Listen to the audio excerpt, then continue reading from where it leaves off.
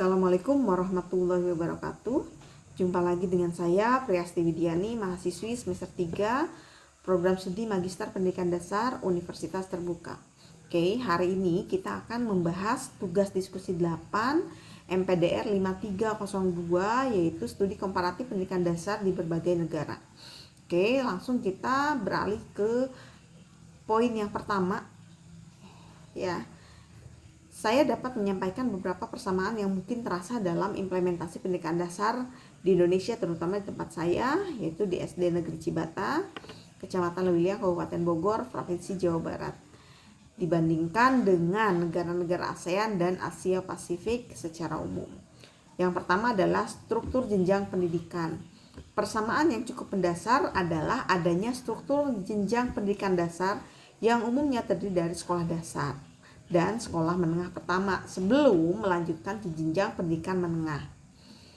Ini adalah pola yang umum di banyak negara di kawasan ASEAN dan Asia Pasifik. Yang kedua, kurikulum nasional. Banyak negara termasuk Indonesia itu sendiri memiliki kurikulum nasional yang menjadi kerangka acuan penyelenggaraan pendidikan dasar. Meskipun isi dan penekanan kurikulum dapat berbeda. Adanya panduan nasional ini merupakan persamaan struktural dalam pengelolaan pendidikan. Yang ketiga, peran pemerintah. Di sebagian besar negara ASEAN dan Asia Pasifik, pemerintah memiliki peran sentral dalam menetapkan kebijakan, penyediaan anggaran, dan melakukan pengawasan terhadap pendidikan dasar. Hal ini juga sangat terasa di Indonesia dengan adanya Kementerian Pendidikan, Kebudayaan, Riset, dan Teknologi. Yang keempat, fokus pada literasi dan numerasi awal.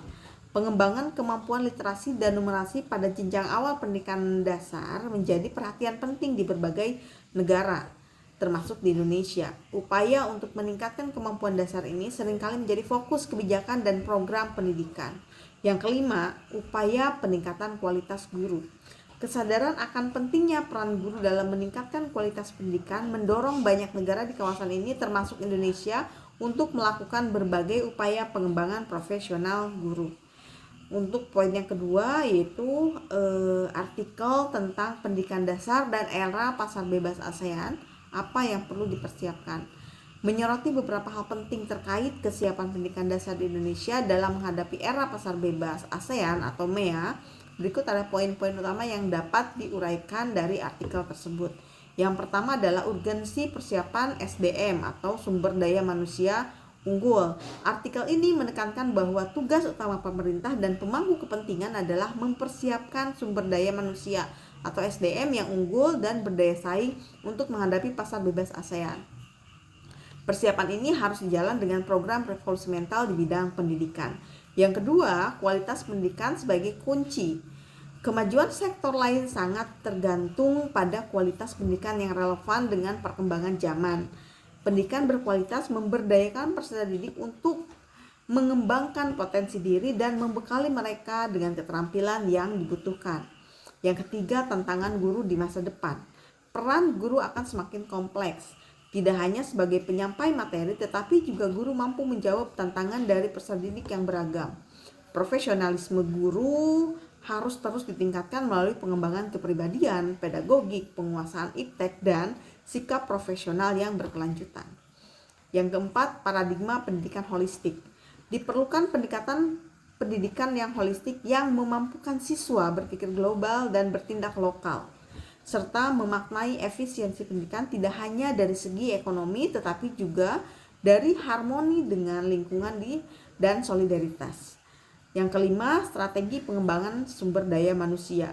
Ketepatan strategi dan pengembangan sumber daya manusia sangat penting untuk meningkatkan kinerja dan daya saing dalam menghadapi persaingan di era MEA. Yang enam, faktor penentu keberhasilan pendidikan. Keberhasilan pendidikan dipengaruhi oleh faktor masukan atau siswa, lingkungan atau keluarga dan masyarakat, serta instrumental atau tujuan kurikulum dan guru. Yang ketujuh, pendidikan sebagai penyiapan tenaga kerja. Pendidikan diartikan sebagai proses membimbing peserta didik untuk memiliki bekal dasar bekerja, termasuk sikap, pengetahuan, dan keterampilan kerja. Hal ini bertujuan untuk menciptakan angkatan kerja yang tangguh dan siap mengisi berbagai tingkat lapangan kerja. Yang kedelapan, elemen transformasi pendidikan. Transformasi pendidikan memerlukan kebijakan yang berpusat pada siswa, pengembangan kompetensi guru, pemanfaatan teknologi, riset dan evaluasi, serta kurikulum yang relevan. Penerapan kurikulum 2013 dengan pendekatan ilmiah dianggap sebagai langkah awal yang baik. Yang kesembilan, kondisi pendidikan dasar saat ini. Artikel ini menyoroti bahwa saat ini anak-anak telah terpapar banyak informasi dari luar sekolah, sehingga sekolah perlu mengubah cara pembelajarannya. Pembelajaran cenderung normatif dan hafalan perlu diubah menjadi pembelajaran yang lebih aktif dan kreatif. Yang 10, revolusi mental dalam pendidikan. Revolusi mental di bidang pendidikan dengan fokus pada pendidikan karakter diharapkan dapat menghasilkan sumber daya manusia yang sesuai dengan kebutuhan pasar bebas MEA melalui penekanan pada soft skill yang didukung oleh hard skill. Baiklah, kita masuk ke poin ketiga, yaitu paparan rinci ya mengenai diskusi 8 studi komparatif pendidikan dasar di berbagai negara informasi. Nah, berikut adalah paparan lebih rinci mengenai diskusi 8 studi komparatif pendidikan dasar di berbagai negara. Yang pertama, struktur pendidikan dasar di ASEAN dan Asia Pasifik. Setiap negara memiliki sistem pendidikan dasar yang berbeda, tetapi ada pola umum seperti pendidikan wajib selama 6 tahun di tingkat sekolah dasar. Yang kedua, beberapa negara seperti Singapura dan Jepang memiliki sistem pendidikan yang sangat terstruktur dengan standar akademik tinggi. Negara-negara berkembang di kawasan ini menghadapi tantangan dalam pemerataan akses pendidikan dasar. Yang kedua, persamaan dan perbedaan kebijakan pendidikan. Persamaannya ada pada banyak negara ASEAN menerapkan kurikulum nasional yang menyesuaikan dengan standar internasional. Perbedaannya ada variasi dalam metode pengajaran seperti pendekatan berbasis teknologi di Korea Selatan dibandingkan dengan pendekatan berbasis komunitas di Indonesia. Yang ketiga, implementasi teknologi dalam pendidikan dasar. Penggunaan teknologi informasi dan komunikasi atau TIK semakin meningkat dalam pembelajaran. Negara seperti Malaysia dan Thailand telah mengintegrasikan e-learning dalam kurikulum sekolah dasar. Tantangan utama adalah akses terhadap teknologi di daerah pedesaan dan keterampilan digital guru. Yang keempat, isu-isu pendidikan global. Asesmen internasional seperti FIRST dan TIMSS digunakan untuk membandingkan kemampuan siswa sekolah dasar di berbagai negara. Negara-negara dengan sistem pendidikan yang lebih maju cenderung memiliki skor lebih tinggi dalam asesmen ini. Faktor sosial dan ekonomi juga mempengaruhi hasil pendidikan dasar. Yang kelima, kesiapan menghadapi masyarakat ekonomi ASEAN atau MEA. Pendidikan dasar di ASEAN diarahkan untuk meningkatkan daya saing tenaga kerja di era globalisasi. Kurikulum mulai menekankan kemampuan berpikir kritis, keterampilan komunikasi, dan penguasaan bahasa asing. Negara seperti Vietnam dan Filipina telah mulai menyesuaikan sistem pendidikan mereka dengan kebutuhan pasar tenaga kerja ASEAN.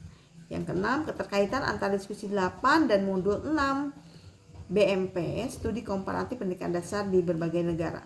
Diskusi 8 dan modul 6 BMP memiliki hubungan erat dalam menganalisis sistem pendidikan dasar di ASEAN dan Asia Pasifik. Modul 6 menyajikan teori perbandingan sistem pendidikan, sedangkan diskusi 8 memberikan studi kasus konkret melalui video. Beberapa keterkaitannya meliputi 1. Perbandingan sistem pendidikan dasar. Modul 6 membahas kebijakan dan kurikulum, sementara diskusi 8 menampilkan praktek nyata dari berbagai negara. Yang kedua, penguatan pemahaman melalui studi kasus. Video sesi 8 memperlihatkan kebijakan pendidikan di Malaysia, Singapura, dan Indonesia untuk dibandingkan. Yang ketiga, integrasi teknologi dalam pendidikan. Modul 6 membahas pemanfaatan teknologi, dan video sesi 8 menunjukkan contoh implementasi TIK di pembelajaran. Evaluasi sistem pendidikan internasional. Modul 6 mencakup assessment FIRST dan TIMSS, sementara modul sesi 8 membahas hasilnya dan dampaknya terhadap kebijakan pendidikan. Kesiapan menghadapi masyarakat ekonomi ASEAN atau MEA. Modul 6 membahas adaptasi pendidikan terhadap tuntutan global, dan diskusi 8 memperlihatkan kesiapan negara-negara ASEAN dalam menghadapi persaingan internasional. Peran video sebagai pemateri atau materi pengajaraan. Video dalam sesi 8 melengkapi teori dalam modul 6 dengan perspektif visual dan contoh nyata dari kebijakan pendidikan di berbagai negara. Oke, demikian pemaparan dari saya, kurang lebih mohon maaf. Wabillahi taufiq wal hidayah. Wassalamualaikum warahmatullahi wabarakatuh.